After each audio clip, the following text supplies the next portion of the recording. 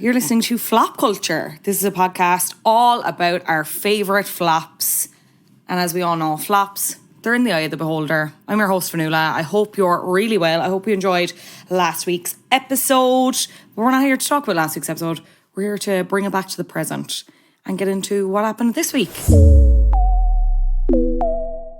Coachella happened. Weekend one, at least. The biggest music festival in the world, arguably the biggest music festival in America and that continent anyway, happens over 2 weekends. The slowest selling year in history, I'm pretty sure.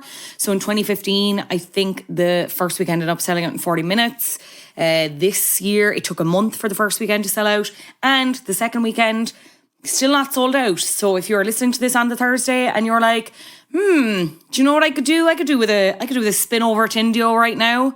You could potentially still go like nuts. A lot of people are putting it down to, lineup is a little bit less buzzy. I would say you have Lana Del Rey on the tail end of an album campaign for Did You Know There's a Tunnel Under Ocean Boulevard, which I will say, incredible album. I don't want to say I struggle with Lana, but she's not an artist that I spend a lot of time with in the way, she has this really dedicated fan base, but a brilliant album and by all accounts, an absolute slam dunk of a set at Coachella.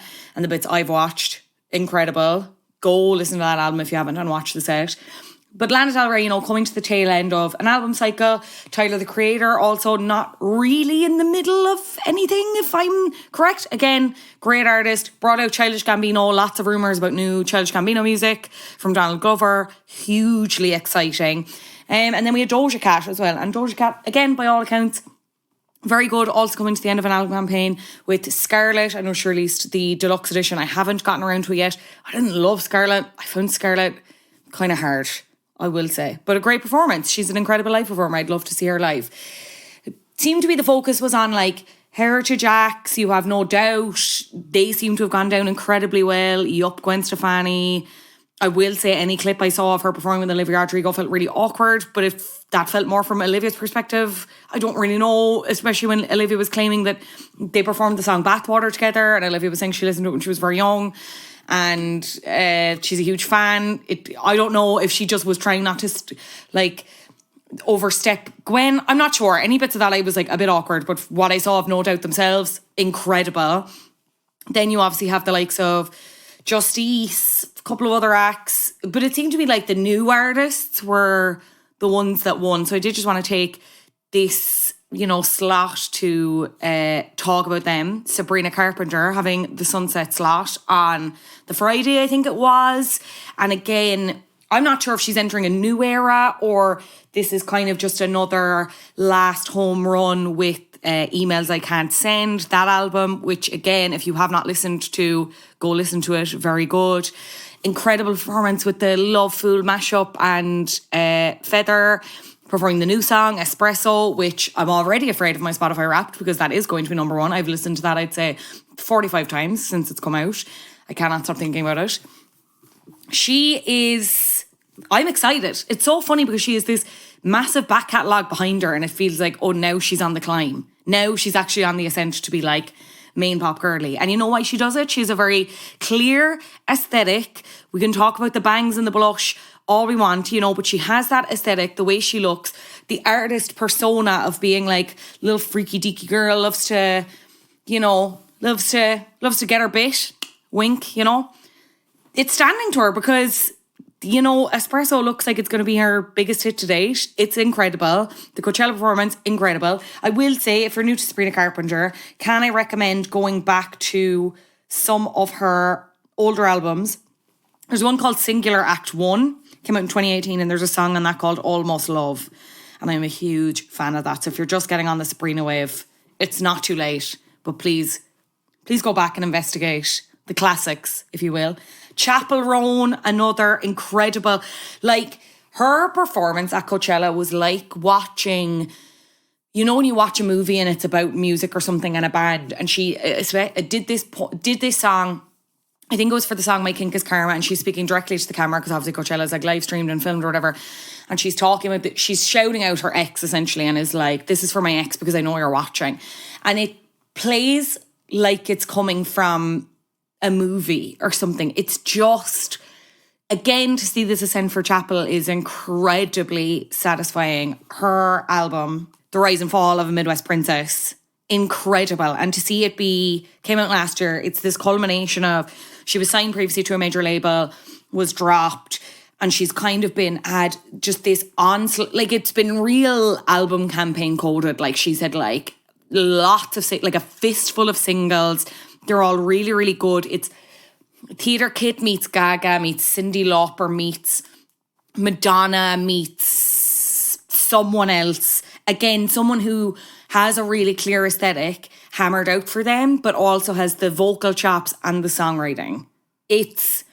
I'm furious I didn't get tickets for the Olympia. If you're selling tickets to Chapel Roan for the Olympia Theatre, DM me please, because I would buy them off you. I love After Midnight on that Rise and Fall of a Midwest Princess album. But she's a new song out as well, and it is called Good Luck Babe.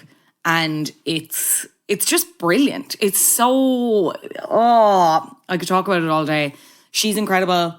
Go check her out. And then finally, she wasn't at Coachella, but I do just, while we're talking about music and we're in this headspace, I have to talk about Maggie Rogers and Maggie Rogers' new album, Don't Forget Me. I'm going to be honest, I didn't love the title track that preceded this. Like, it's a very good song, but it's not, how do I put this? She sounds incredible on it. I don't know. I was just like, okay, fair enough. Maybe this is a Maggie Rogers album that I'm not going to get into, because I kind of bypassed the last album as well, Surrender. Whereas I would have been a big fan of her in a past life. I love Alaska. I love Light On. So this album came out, Don't Forget Me. And I was like, okay, I'll investigate it. Brilliant. The song The Kill, so good. The songwriting, again, really sharp. She sounds beautiful. She has such command of melodies. I also love the song So Sick of Dreaming. This is very summertime vibes. This is very, we're driving, the roof is off in the car, a buzz. She's talked about this on her Instagram. She said the album is chronological and some of it is autobiographical. Some of it isn't, for the first time. And it's, again, I love an artist and seeing them, hearing the potential on an album like Heard It in a Past Life and being like, whoa, oh, we've got something here. We've got something here. And then seeing them fully realise it on something like Don't Forget Me. Incredibly satisfying. If she's playing Ireland anytime soon, can someone let me know? Because I would like to go see her. And if she isn't playing anytime soon, bookers and promoters, can we get on that, please? Please and thanks. What are you listening to? I know Taylor's coming. As we're sitting, speaking to each other, you're not speaking to me, I can't hear you. As I'm sitting speaking to you and you're listening to me, Taylor's about to release a new album tomorrow. Is this her 11th? Is it her 11th? The Torture Poets Department. We are going to be talking about it on Patreon, so I'm not going to be talking about it here. And when I say talking about it, we're going to be talking about the music. I'm going to be talking about this insane lead up that we're seeing this week with all the Spotify art installations. It seems like Joe Alwyn's getting it in the neck. That's all I'm going to say on that. I really thought this was going to be a Joe Alwyn, Matty Healy, it's on side album. Matty Healy, I'm not sure if he's even getting a mention in this album, which, is that the greater punishment for Matty Healy? I think so. Anyway, are you listening to anything else? Is there anything else you think I would like? Any other music that you've enjoyed this year? Please let me know. It's hello@flopculture@gmail.com, or we're on social media @flopculture_pod. Now, from the world of music to the world of competitive ballet, let's talk about this week's flop. Released in the year 2000, Centre Stage promised to take audiences on a thrilling journey into that competitive world of ballet. With its captivating dance sequences and talented cast, it featured rising stars and seasoned performers alike. So, one would expect it to pirouette its way to success. But instead, the movie failed to captivate audiences and critics alike. Why was that? Joining me to discuss Centre Stage is writer and beauty editor Aisling Keenan. Enjoy. Aisling Keenan, you are so welcome to Flop Culture. How are you? I'm so buzzed to be on Flop Culture. I'm so excited. And I had, as soon as, from the moment you launched this podcast, I knew if I was ever given the honour of being a guest, I straight away knew what I wanted to talk about. I did. Right, well, don't leave them in suspense. What is it you wanted to talk about? It's not just what I want to talk about here. It's what I want to talk about in life. The film Centre Stage. What a film. I'd never watched it before, and a real treat. very watchable, Yeah. very like great cast. I Mm. really enjoyed it. Was this like a more recent watch for you, or did you watch it at No, the time of release? no. So it's 20, I think it's 23 years old. And I watched it. This is a funny story. I watched it when it first came out on VHS tape. And I rented it from my local Extravision, right? And on videotape. And I rented it every weekend. So I think I was maybe like, if it's 23 years old, I remember being about 12. So that tracks. If my high level mathematics are correct. I rented it so often from my local Extravision that they actually took pity on me and gave me the VHS tape. I shit you not. They gave it to me. They Oh literally my were like, God. no one else rents this. You rent it every weekend. Like I literally would go in on a Friday evening with my dad.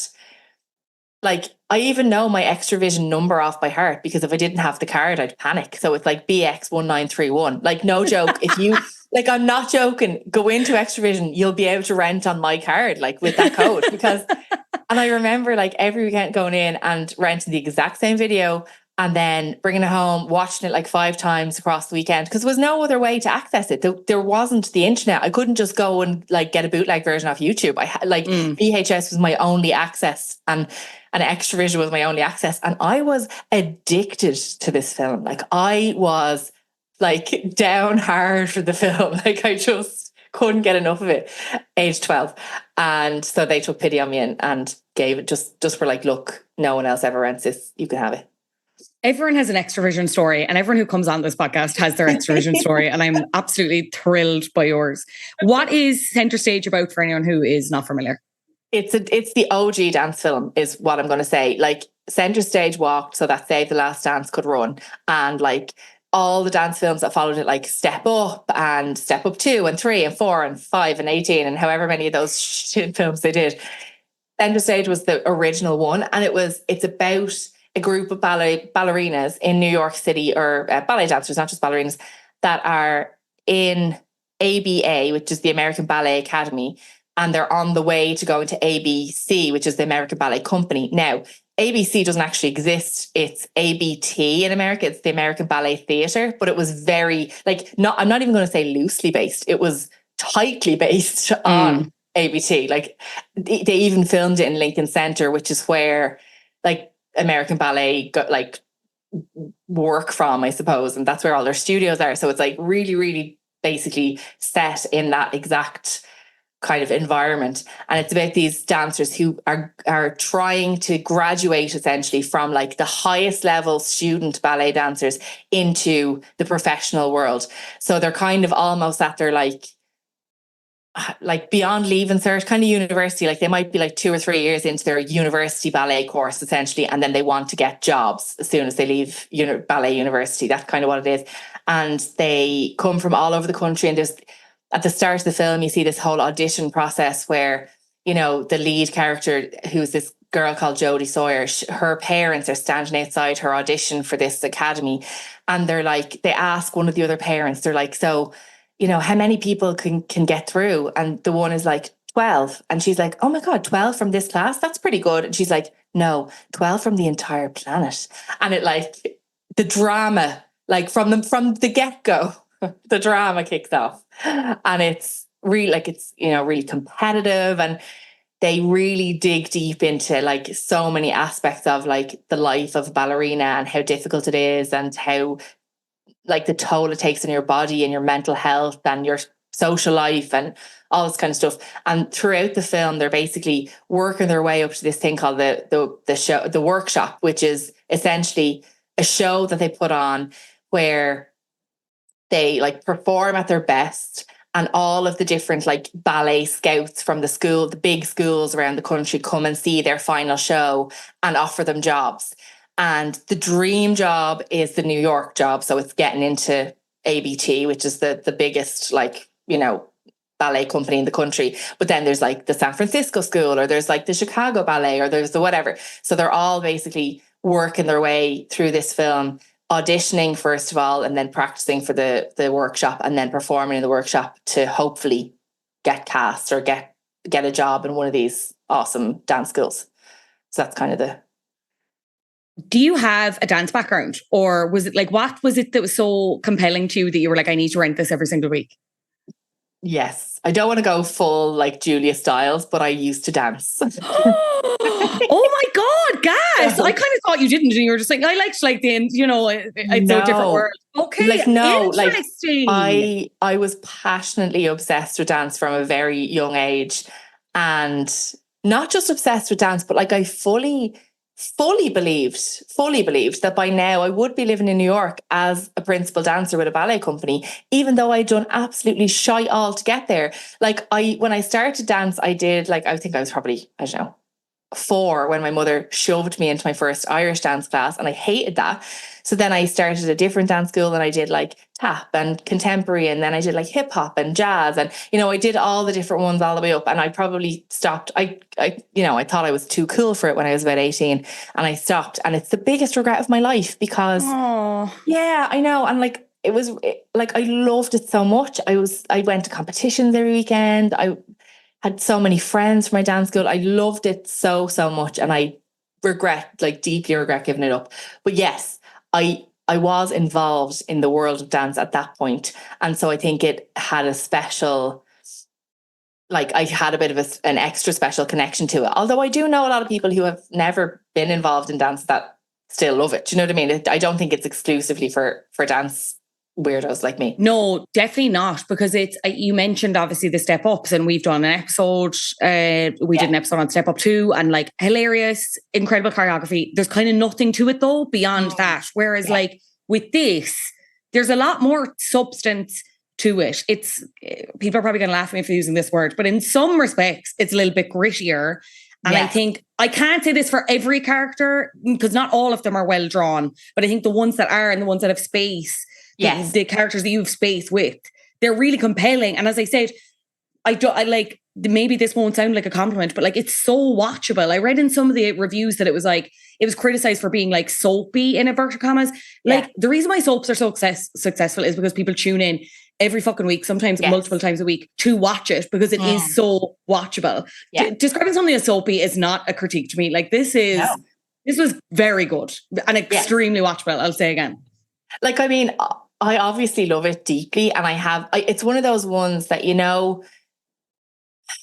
of those films that you watch in your formative years, and even if it is the biggest piece of trash ever put to film, you still have such a love for it. And then you try and make something. Like I made my husband watch it a few years back, and he was like, what the fuck is this? Like, this is shit. And it's problematic. And to be fair, there are a lot of, like, let's say there are a lot of things that would not be committed to film in 2024 in that movie. Like there are things that you're just like, oh, that would not happen now.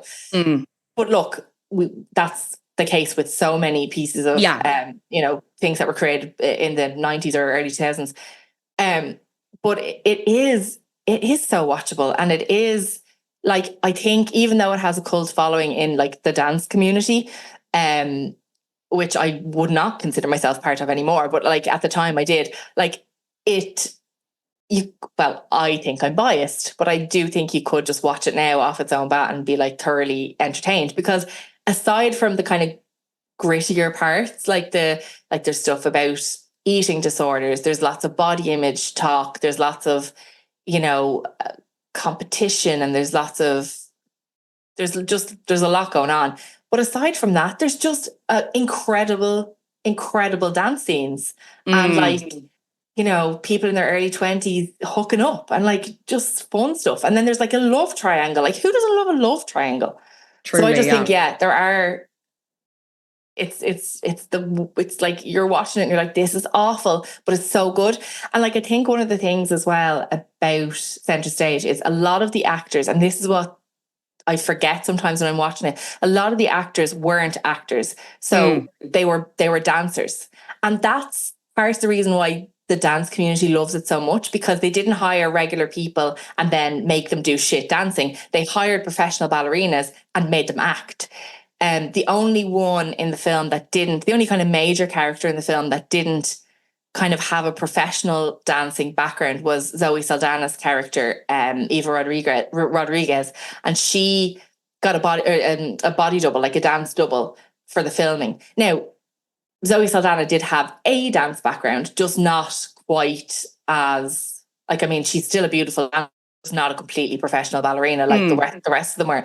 But the whole rest of the cast were professional ballerinas. So, like, you can't expect them to also be, like, Oscar-worthy actors. So some of the acting was a bit clunky and a bit, like, eye-rolly and a bit kind of soap cringy in a sense. But, like, so what? It's so good at the same time, you know? We have to talk about Zoe Saldana. This is her, like, film debut, and it's just, she is eating up every scene. Like, she is a character who I'm like, I'd kind of love to know your motivations a little bit more and, like, why you're like this. Yeah, give me your background. Yeah, exactly. But at the same time, she kind of sold it so well that it was like, you just got her immediately, you know what I mean? And she's just so, I don't know, like, cranky and talk backy and hates authority, and she's just like smoking all the time, but she's clearly so talented, and you're watching her and you're like, you're squandering all this talent, like, why are you doing this? And we're seeing her stick up for Jodie. It's just, she's if people haven't seen it, it's worth watching for Zoe's performance. And as you said, not a huge dance background, but absolutely killing, especially that final act, which again, like, I think we can obviously spoil it, but it ends with the workshop, and Zoe isn't supposed to get a role, but she does. She ends up getting one of the leads. She takes over from Maureen because Maureen's like, I hate ballet, and is like, bye-bye. And it's just incredible. And she's selling it with her face and everything. They really hit all the nails on the head with the cast. Even I know the critics who wanted more of a movie and less of, like, a dance movie, wanted more acting forward. They'll obviously critique that it's like, it's dancers and not actors. Yeah. But I think they're pretty good. And I think the clunky parts you refer to as well, I think some of that has to do with the writing. I think, sometimes you have a line, what are you going to do? Like, you know, anyone would struggle with a line. Yeah. There's a couple of, like, awkward scenes. They end up on a ferry at one point, and there's, like, Charlie, who is one of Jodie's love interests in the love triangle. He's like hot, by the way. Sorry, listen. All the love interests, hot. Yeah. Hot cast. Yes, and, like, they're not hot technically, but they are because of who they are. Like, as in Ethan Steifel's character, Cooper Nielsen, shouldn't be hot, but he really is, and you just really he's a bit of a weapon. He's a bad boy. He's the classic bad boy. Bad boy ballerina, love it. But Charlie, bad boy ballerina, like, it's such a, like, But Charlie is, like, the good guy of ballet, and he's the one everyone likes. And there's a really funny scene where all the girls come in to the hall to kind of look at the new guys for the year, and they're all like, oh my God, look at him, because he's so, like, obviously attractive. And then one of them is like, gay or straight? And they all go, straight, and they're all, like, buzzing because finally there's a hot straight ballerina in their midst. Like, they're just absolutely jazzed. But yeah, they're on the ferry at one point, and, like, Jodie and Charlie are having the chat, and it's just, you're literally like, give these people better lines, because you know they can deliver if they want. And Amanda Schull went on to be a very successful actress, even though this was one of her first film roles. She did go on, like, she was in Suits, and, like, she has had a pretty successful career as an actress, completely aside from dance. So we know she can act, but, like, you're right, the writing is a bit turgid at times, I think. Yeah, for sure. How do you think it compares to other films of the genre? I suppose we could go really specific about ballet, and then I suppose widely, again, all the ones we mentioned, Step Up, Save the Last Dance, Honey, one of my faves. Honey, iconic. Oh my God, I love Honey. I love that final scene in the refurbished church. Slay. I think it stands apart from them all because it is about ballet, first of all, and it's very much focused on the dance, right? So in Honey and in Save the Last Dance, you've got like the societal issues in Save the Last Dance, and you've got the white girl in the black community, and you've got all that going on, and you've got the dead mother, and you've got the dad, and, you know, she's coming into the big city, and, like, there are like 5 storylines, and then you get to the dance bit. And you get she's only learning to dance via your man. Like, it's not really, yes, she has a dance background, and yes, there's like they're dancing in the club, and they're, you know, she's auditioning at the end for Juilliard or whatever. But like, dance is not the primary focus. And same with Step Up. Like, you've got Channing Tatum is like from the wrong side of the tracks, and he's cleaning in this dance school, and he's, you know, whatever. But like, there's like 4 storylines, and then you get to the dance. Whereas Centre Stage is unashamedly about dance. Like, yes, the other storylines are there, but they're very much the second fiddle. And like, the dance is front and center. Like, I would imagine if you'd like, I don't know, I've never done it. Shocker, I've never done it, because I probably should have by now. But like, if you've timed the amount of dance, like actual dance scenes in Centre Stage between rehearsals and shows and workshops and whatever, like, it's a significant portion of the film. And the other storylines, like the love triangles, they're facilitating all these dance scenes. Like, literally, the love triangle between Cooper Nielsen, Charlie, and Jodie, like, has to culminate in a dance scene for it to work out, you know? Like, that's, they literally solve the love triangle complications live on stage. Like, that's literally where the love triangle is completed, and that's where they fix it, and that's where she decides she wants to be with Charlie, and that's where she decides that yes, she's going to join Cooper Nielsen's company, but she's not going to go out with him because he'd be a shit boyfriend. And it's so the dance, I think that's why it stands apart from other dance films, because it really is the essence of what a dance film is. And I realize I sound like such a fangirl, but I am. It's completely okay to fangirl here. If you're not fangirling on pop culture, where are you fangirling? Right. How did they get the bloody motorbike on the stage for the last dance? That's all. I was like, Jesus Christ, the insurance is through the roof here. And you know what? That wasn't in the original script, right? So, yeah. So, insider info from an interview with Ethan Stifel, or Stifel. I'm not entirely sure how to pronounce his last name. If you're listening, Ethan, I do apologize. Sorry, Ethan. But he was a motorbike. Like, he really was the bad boy of ballet, because he did drive motorcycles on the side, and he used to drive them up to like the set and stuff. And when it came time to do that scene, they were like, well, how better to, you know, illustrate a bad boy than with a motorbike on the stage. So but it was one of the producers' ideas, because they knew that Ethan, as a real life man, had an interest in motorbikes. So there's a fun fact. There you go. So interesting. Motorbikes take up I was going to say, I don't know the logistics of how they actually got the motorbike onto the stage. That is not something I'm privy to at the moment. Okay. Well, Ethan, again, if you'd like to call in and explain, I would appreciate that. Motorbikes take up such a huge part of several flops we've covered, because again, motorbikes feature heavily in Grease 2, which we did with Emer Glycett. Yes. Like, we need to do some research into that. I'm not sure. We've kind of touched on a few things that didn't maybe necessarily work for us. Was there anything else for you that, even on maybe a recent rewatch, that you're like kind of cringing at, or just fundamentally kind of takes it away from being like a perfect film? Yeah, well, like, there's a little bit of kind of sexism. There's a little bit of like, you know, just, I mean, it has its problems. There's a lot of, like I said earlier, there's a lot of talk about body image. Like, there's a big focus on body image, particularly because one of the lead characters, Maureen, has clearly got an eating disorder and is eating food and then throwing up everything. And, you know, it's witnessed a few times throughout the film by friends. And like, there's this incredibly disturbing scene right at the end where, throughout the course of the film, Maureen is clearly struggling with her body image and her weight, and the intense pressure that the ballet school puts on her to be a certain size and to look a certain way. And they do that to all the dancers. And that's something that is problematic, but I know exists, and I know it still exists. And whether they'll admit it or not, like, you can't be a plus size ballerina.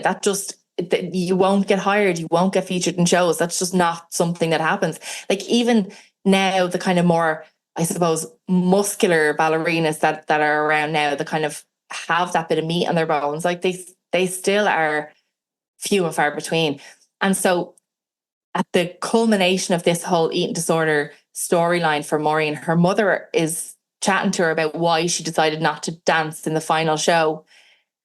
And Maureen is like, Ma'am, like, now obviously I'm paraphrasing here, but she's like, Ma'am, I fucking hate ballet and I don't want to do it. And it's making me like actually sick. I'm unwell. Yeah, it's like, making me ill. Yeah. It's making me sick. Like, and her mom is like, you watch your weight. There's nothing wrong with that.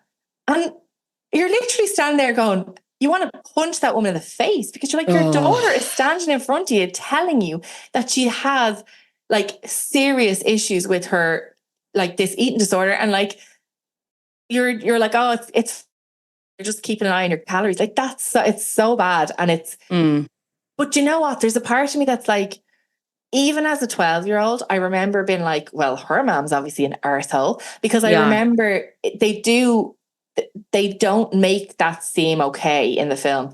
But I still think it would be better if that storyline was a bit more like well-rounded, or if they addressed it with a little more care or something. Yeah. I think it can, like, that was very dismissive of it at the end. And even when her boyfriend Jim discovers that that's what she's going through, it's not really, I don't know, they don't get into the meat of it enough. They need to kind of get into it a bit more and really kind of make sure it's crystal clear that, you know, that shouldn't be happening and that's not okay, and she needs help and she needs support, and she doesn't need to be starving herself or throwing up everything she eats to be a ballet dancer. I think that needs to be a little bit clearer. I'm trying to think what else doesn't really work. I feel like your one Juliette Simone, she's like the posh French like mammy of the ballet school, I suppose. She's like the lead female teacher. There's like a really funny scene where Maureen's mom is like, Juliette Simone, please. Her name is Julie Simon and she's from Perth Amboy and her father manages a Walmart. And it's just like, it's so classist, you know, and it's so like, if she's not legitimately Juliette Simone, she can't possibly have the skills to teach ballet. And I just think it's a bit classist and a bit like shitty, because the woman is clearly incredibly talented and, you know, whatever. But yeah, there's that. And then I don't know, like there's a funny scene where they all go to a nightclub and there's like some Russian stereotyping going on of one of the characters, which is a bit awkward and a bit shit as well. But I mean, overall, I don't know why it flopped, you know? I don't know why it wasn't in every cinema, and I don't know why it immediately didn't get rented out by everybody who lived in Swords in 2002 or whatever year that was. Well, thank God they didn't, because you wouldn't have been able to watch it then. Absolutely not. I would have been like, honest to God, if I had gone in there any Friday night and that video hadn't been available, I would have been like, my weekend plans would have, oh my God, like literally it would have been just The Sims 24/7 with no break for center stage. That's what my life would have been. It would just have been Sims, no break, more Sims, because that's all I did back then, was play The Sims and watch center stage. Yeah, what a life. What a life. Doesn't sound bad.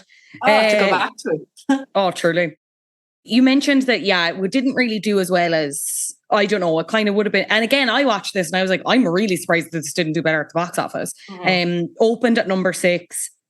Ended up grossing worldwide, I think it was $26 million against a budget of, we don't know the specifics, but it was between, I think it was 18 million and 28 million. So like, we can presume that it definitely did. If it made a lot of money, it did make a lot of money, but it probably lost money. Yes. And the critics, oh my God, the critics just did not like this at all. Like the Rotten Tomatoes critics consensus reads, viewers willing to sit through soapy plot contrivances to see some excellent dancing might enjoy center stage. For everyone else, there's still always Fame. Fame came up so regularly in like comparisons to this, which like I get, and I don't know, I get and I kind of don't, you know?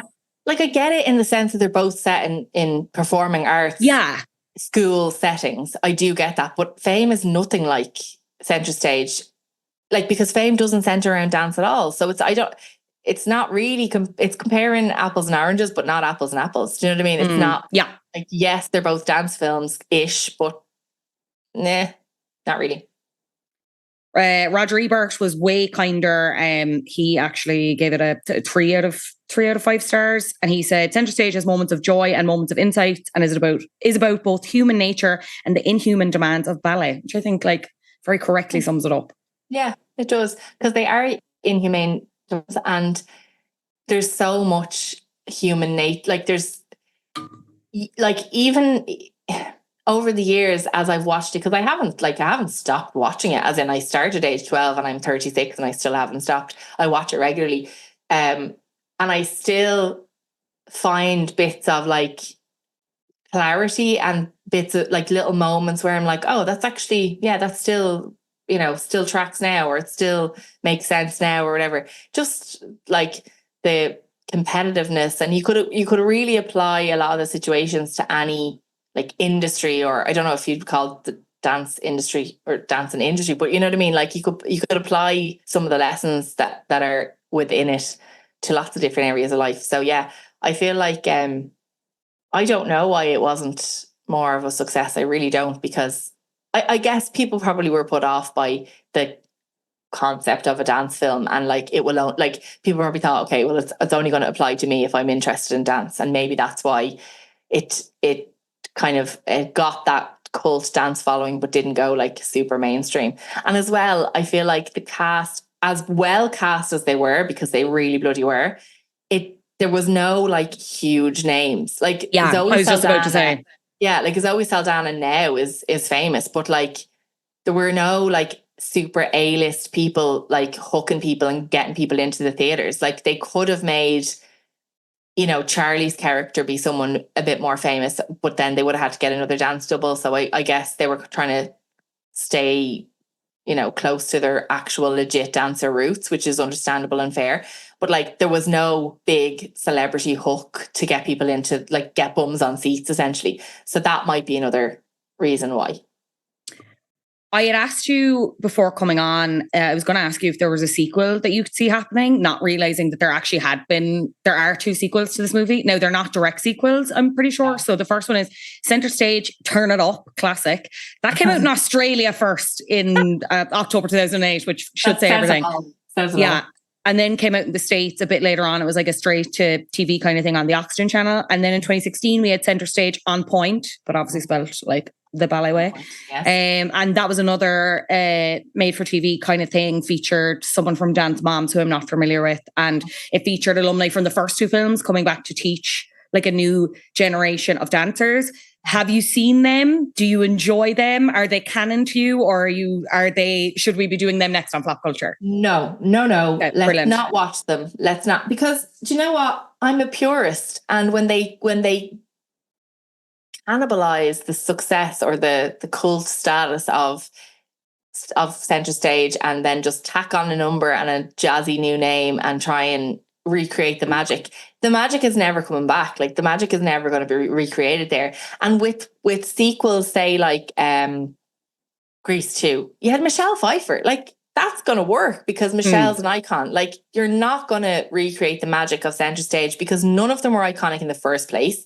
None of them were like super, super A-list, or even B-list or C-list or D-list. And so it's like it's an island. Like it shouldn't be recreated. It shouldn't be sequeled. You can't recapture that magic. Like once the genie of Centre Stage is out of the bottle, there's no getting him back in. And for that reason, I'm staying away from any and all sequels. I'm out. Yes, I will not be investing in any of those sequels. They are, I will say there's been no further word on this since, but in 2020, there was talk of them doing like a TV adaptation, which I actually do think I did really like the movie, but in some ways I was kind of watching it and I was like, this could have been really well plotted out as a series as well. But in 2020, they were supposed to be doing a follow-up series. It was with the Sony Pictures, and it was from the Sweet Vicious creator, Jennifer Caton Robinson, Lawrence Mark. He produced on the original film and the 2 sequels. There was kind of no word on talent, no word on plotline bar that it was going to be a continuation of the original film set today. So contemporary film within the highly competitive world of dance follows a new inclusive class of dancers as they work to stay at the academy and clash against the traditional students and style the ABA is known for.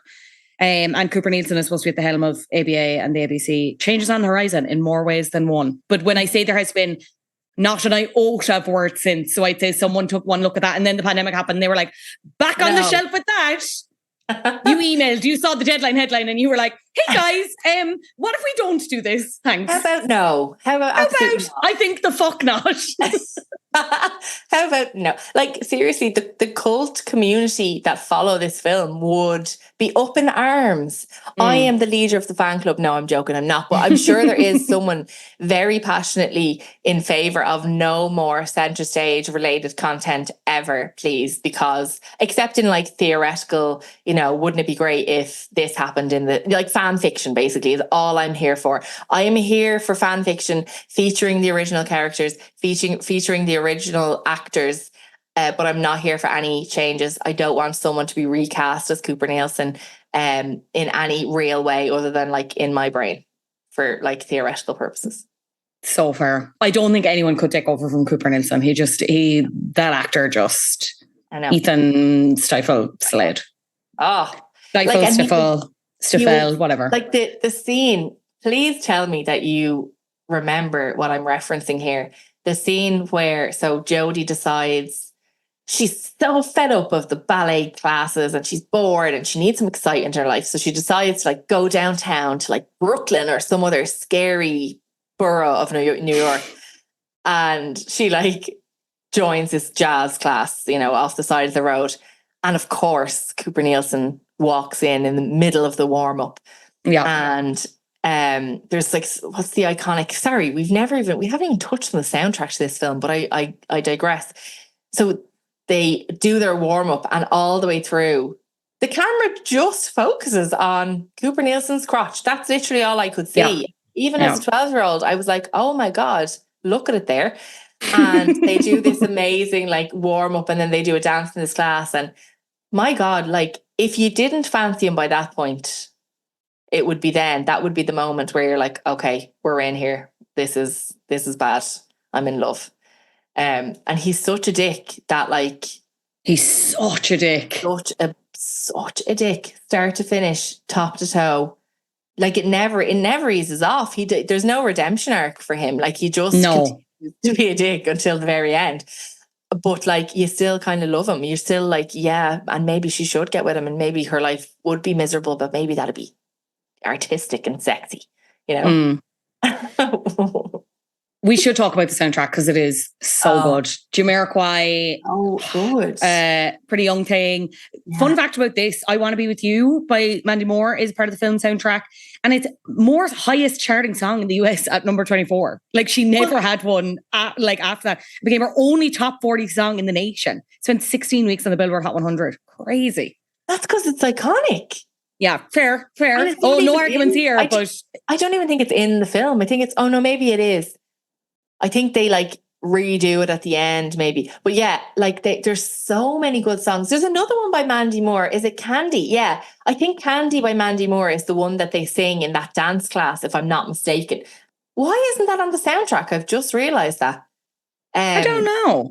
Because it definitely, we're dancing friends forever. I can get used to this girl can dream. Yeah, they definitely, the warm-up song. And it's a TikTok phenomenon. Because if you look up Centre Stage on TikTok, you will see all of these people who are fans of Centre Stage, and Candy by Mandy Moore starts playing and everyone jumps up and starts doing the warm-up from the dance class. I do it all the time. Like I'll just be in my kitchen and all of a sudden I'll just be like, and down and clap. Like I literally just start doing the warm-up. It's actually psychotic.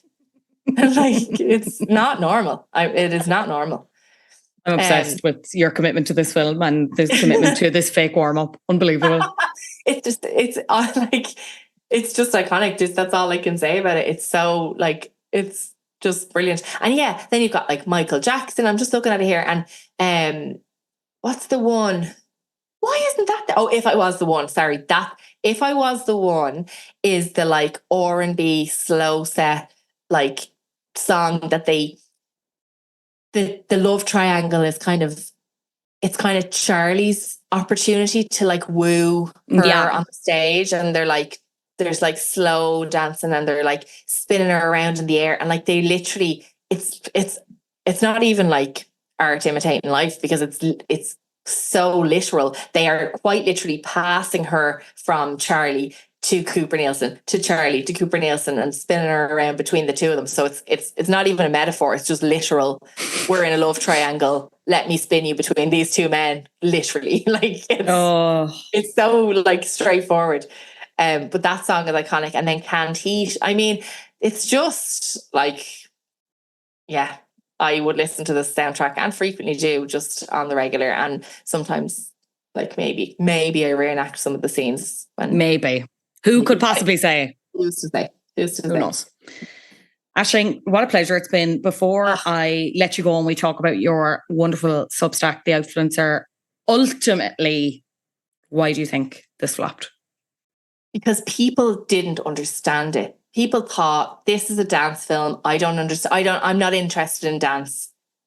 Therefore, it is not for me. They didn't think for a second that they could enjoy something that, like, I'm trying to think of like an American football film, like what's that one with Tom Cruise? Show Me the Money, you know that one? Jerry Maguire. That's about American football, right? So, like, I remember as a kid being like, I'm not watching that. I don't care about American football. But it's an iconic film. Like, it's iconic.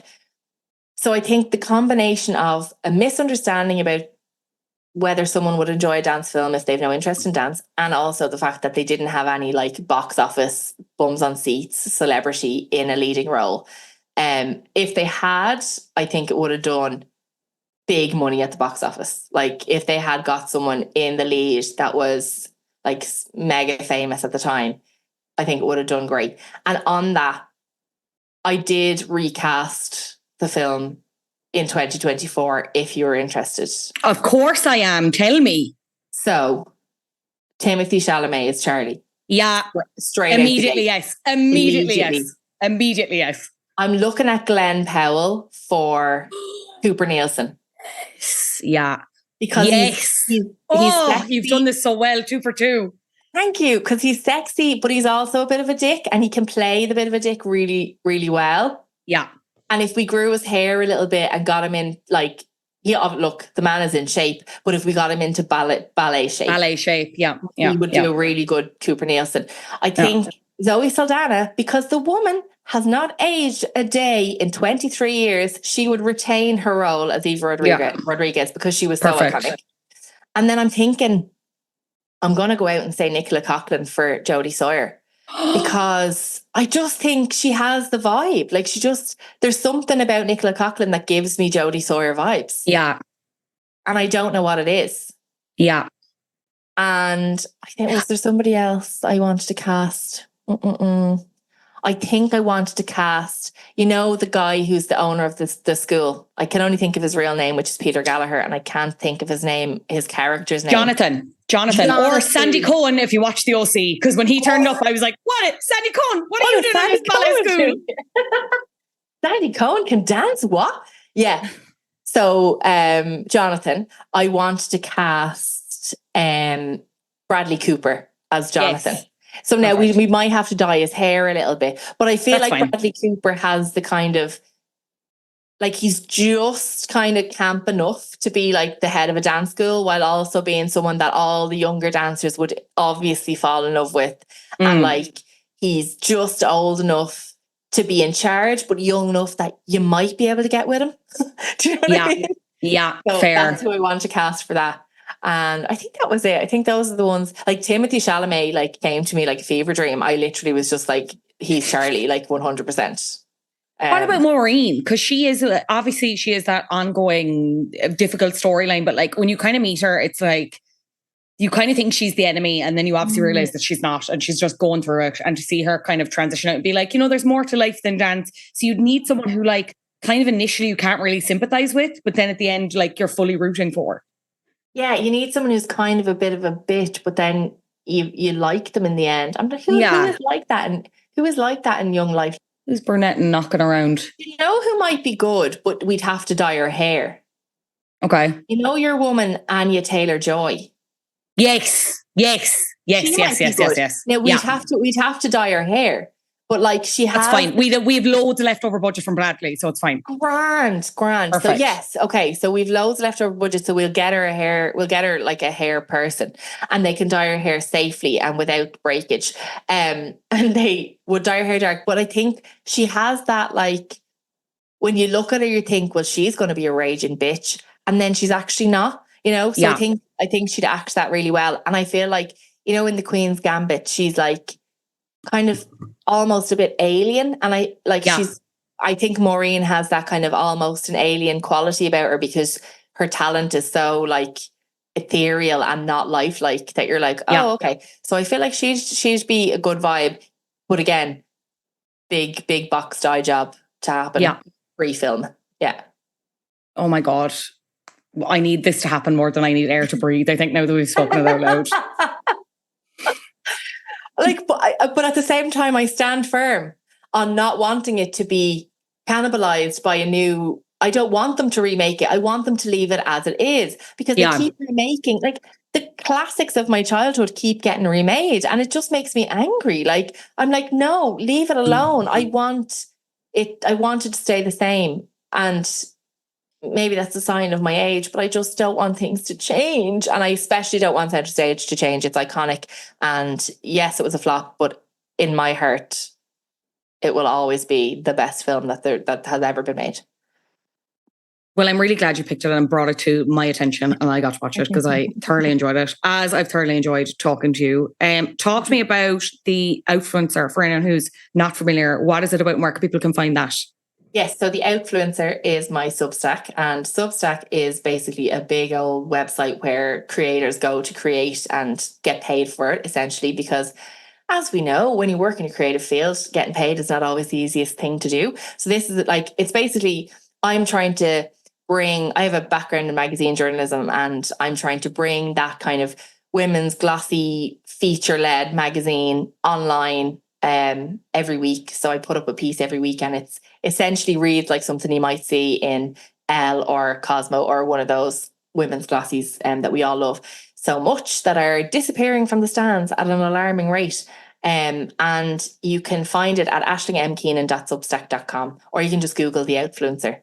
And the name The Outfluencer basically comes from the fact that I am influencer world adjacent, and yet I'm not an influencer. So it's my play on that whole world, I suppose.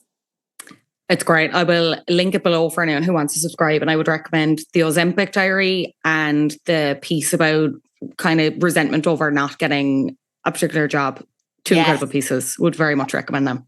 Oh, thank you. I'm glad you read them. And I like The Ozempic Diary was terrifying to read. Like, when I got that interview back, I was like, oh my God, this is scary bananas.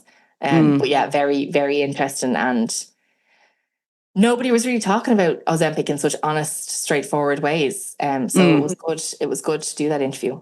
So thank you for reading. You're so welcome. Aisling, thank you for joining me on Flop Culture. I can't wait to chat to you next time. What an honour. Thank you so much.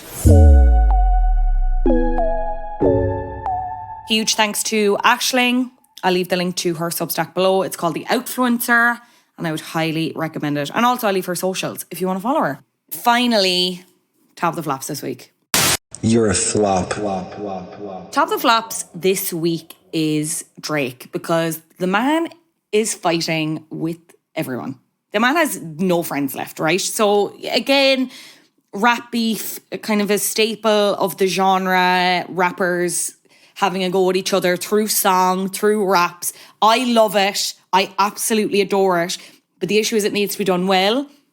And in this case, it's not really doing much for me, right? But if you're confused as to what's going on or how we got here, how Drake is scrapping with everyone, come along with me. Take my hand. I'll bring you, right? So Future and Metro Boomin. Future is a longtime collaborator of Drake's. They had a joint EP album together called What a Time to Be Alive, which is very good. If you've never listened to it, I would recommend. And Metro Boomin, longtime big rap hip-hop producer. He actually executive produced that mixtape. Mixtape is actually the correct word, not EP. Sorry, don't come for me.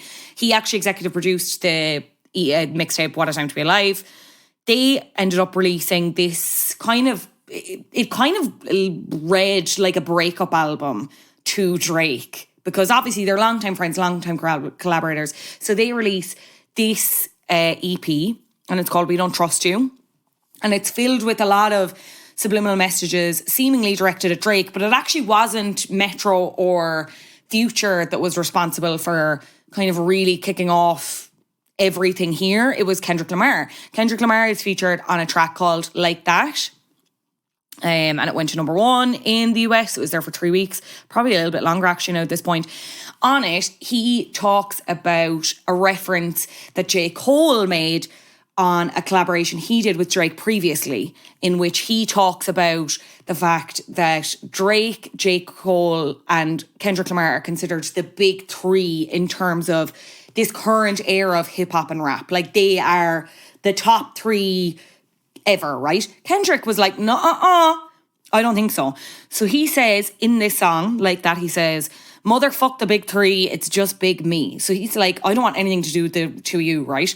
Again, having a go at Drake, he's like, because Drake is constantly referring to himself and comparing to himself to Michael Jackson, right? So Kendrick again is like, your best work is a light pack. Prince outlived Mike Jack, as in he's Prince, Drake is Michael Jackson, right? Are you following? Okay. So then J. Cole follows that up, right? On this is maybe actually the most embarrassing. Maybe J. Cole should be top of the flops. Let's lump him in here as well, because this is embarrassing. If you're going to commit to a rap beef, commit. Don't be putting out a song and then deleting it, right? Which is exactly what he did. April 5th, he comes out with a track called 7 Minute Drill as part of this, again, surprise drop EP. I think he called it Might Delete Later or something, or Might Delete This, lol, whatever. I'm not sure. Might Delete Later, yeah, that's exactly what it's called. So, J. Cole is throwing shots at Kendrick Lamar. Need I remind you that Kendrick Lamar's discography has previously won Pulitzer Prizes, right? And I like J. Cole. I say this as someone who has seen J. Cole live. I like J. Cole, right? J. Cole's like, okay, bitch, here we are. He calls Kendrick's most recent album, Mr. Morale and the Big Steppers, tragic. He claims Kendrick's second album, Good Kid, Mad City, put listeners to sleep. He also promised to humble Lamar if push comes to shove. April 10th, 5 days later, J. Cole's like, never mind, lol. Actually, never mind. So you remove 7 Minute Drill from streaming platforms. At his own festival, Dreamfield Festival, he comes out and essentially apologises to Kendrick Lamar. He says, I tried to jab Lamar back. And I try to keep it friendly. But at the end of the day, when I listen to it and when it comes out and I see the talk, that don't sit right with my spirit. Is it because you flopped? Is it because you flopped and it doesn't sit right with your spirit? Anyway, I digress. Drake, again, still perfectly silent, Q-ness at this point. Future and Metro are like, right, time for a follow-up. We Still Don't Trust You. This comes out on April 12th. This time, you've A$AP Rocky coming in. A$AP Rocky is the real winner in this whole situation for him because he throws digs. And this is what I mean when, like, if you're doing rap beef, I need you to be spilling tea. Tea needs to be spilled. I need you to be revealing children a la Pusha T to Drake, funnily enough. I need you to be, I need you to be a little bit, I need you to be telling me something that I don't already know, okay? So A$AP comes in, A$AP, father of Rihanna's children, a very good rapper in his own right. On the song Show of Hands, he's saying, obviously there are words in here that I can't say, so like, whatever. Men in their feelings over women. What? You hurt or something? I smashed before you birthed, son. Flacco hit it first, son. So people think that this is potentially meaning that A$AP previously was with the mother of Drake's son, Adonis, which he previously hid before. See the Pusha T diss track. But Drake has also been like flat out dissing Rihanna since they stopped dating, stopped sleeping together, maybe they were never together. Like, the man has been so butthurt over the fact that she is now with A$AP Rocky. He's talking about the fact that she doesn't really sing anymore, doesn't perform anymore, can't really sing anymore. Pathetic. So A$AP was like, absolutely not, shut your mouth. So he's on that. And then you also have The Weeknd. The Weeknd is on both Future and Metro albums, but on the We Still Don't Trust You album, he's talking about, at one point he says, I thank God that I never signed my life away. And a lot of people are interpreting that to mean He's talking about Drake and Drake's label, OVO Sound. So The Weeknd's always been associated with that label, but he's never ever signed to it. So people are kind of interpreting that to mean that. Then Drake's like, April 13th, here I am. Here's my response. And the song is called Push Ups, in brackets, drop and give me 50. I think there was some speculation as to whether it was AI, but I think it's been confirmed that it's not, because he's been like, he's been on social media essentially kind of talking about it and indirecting about it. And this is where it gets silly, right? Because he then starts throwing digs at everyone, people who were not being involved, including Rick Ross, who he has previously collaborated with before on his best album, Take Care. Lord knows is that song. Go listen to that if you haven't. He, again, is like, Rick Ross had nothing to do with this. Rick Ross was sitting at home, presumably minding his own business. Drake turns around and he goes, this man turning 50. Every song that made it on the chart, he got it from Drizzy. So then Rick Ross is like, I'm activated, okay? Here's my diss track. It's called Champagne Moments. And this, again, I think Rick kind of won on this, because I'm like, this is kind of mean. I need rap beef to be mean, okay? So on Champagne Moments, Rick is like claiming got a nose job, claiming got a BBL. We love the Drake BBL rumour. That will never die down. So from my perspective, I think Rick kind of won that. But then you also have Drake kind of going back after Kendrick Lamar, right? He's having a dig at Kendrick Lamar for apparently wearing a size 7 shoe. That's a respectable size shoe, no. But he's also, this is where he kind of loses me, because he's having digs at Kendrick, previously collaborating with pop acts. You have the likes of Maroon 5, Taylor Swift. Obviously, they previously collaborated on Bad Blood, which is kind of, I mean, is it a little bit embarrassing? Whatever, but get your check, Kendrick. And also, look where Taylor Swift is now, you know what I mean? Especially also because Drake has previously linked up with Taylor for a check. So, like, let's not pretend you're above this. And also, are there not a load of rumours, maybe I started these rumours, that he's going to be on Reputation Taylor's version? I don't know. Maybe that was a rumour I made up. I really, really wanted it to happen. But now, based on the fact that he's having digs at Kendrick for doing this, I'm not so sure. But also, people are hypocrites. So he could be having a dig at Kendrick and still be taking the money off Taylor. Who knows? He also goes on and he's like naming artists that he feels are now like above Kendrick Lamar now, including SZA, who signed to Kendrick's own label, Top Dog Entertainment. People also reckon he's mentioning Kendrick Lamar's fiancée, Whitney Alford. The lyric is, I be with some bodyguards like Whitney. But then some people are also being like, no, that's just a kind of, it's a reference to the Whitney Houston film, The Bodyguard, obviously. I don't know. I'm just like, but like, I know Kendrick is going to come back and he's going to come back 100 times worse. Like, Drake thrives off rap beef. I don't think Drake wins that often. He's winning in this sense commercially because this track is doing like better or whatever, but I don't know. When you think about the Drake Pusha T rap beef, Pusha T won. Pusha T won because how are you supposed to come back from someone being like, you are hiding a child? You know? So my winners in this instance, I'm going to say Kendrick. I'm going to say Rick Ross. Floppers, the floppy losers, I'm going to say inevitably Drake. If you didn't get a BBL, prove it. You know what I mean? Prove it. It's fine. And if you did, so what? But like, own it. You know what I mean? And J. Cole, because fucking hell, if you're going to come out and say something, say it with your chest, you know? Don't be deleting. Don't be dirty deleting, especially after, embarrassingly, we've all already listened to it and seen it. It was 5 days, man. Come on. Come off it. Anyway, what do you think? Am I wrong? Let me know. Do you agree? Maybe Drake is the winner here. I don't know. I think Drake's been in a flop era for a while, and it's actually something I want to do a podcast episode on it, but I'm trying to secure a specific guest that I want.